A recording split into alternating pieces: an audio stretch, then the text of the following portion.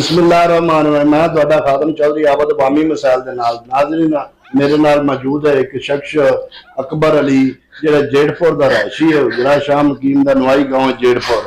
इहदे नाल एक वाकया पेश आया, जुल्म दी इंतहा हो गई है।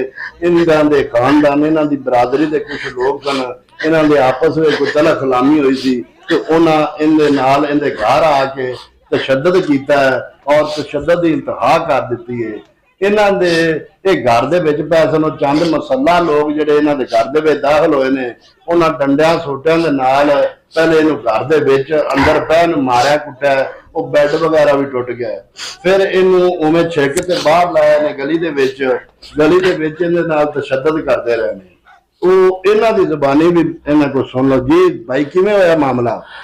मोटरसाइकिल बाहरों आया मैं। अच्छा जी। ते मोटरसाइकिल ठल्ली ठल देना मैं बंदे मुंजी वे के आना होना। अच्छा। मुंजी वे पैसे देने लगे बंदे मैं मट्टे का बुआ ला के पैसे देने लगे। अच्छा।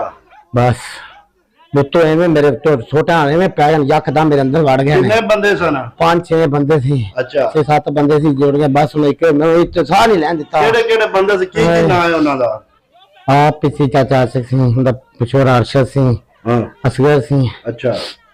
दूजा इफ्तिखार सिंह, मिस्त्री सिंह, मुबील सिंह, एक पल्ली सिंह।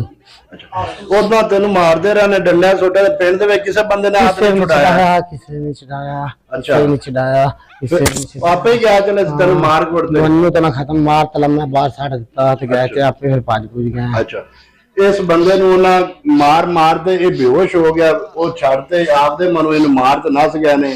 इनदी बीवी बच्चे इन नेड़े होए ने इन छुड़ाउण वास्ते।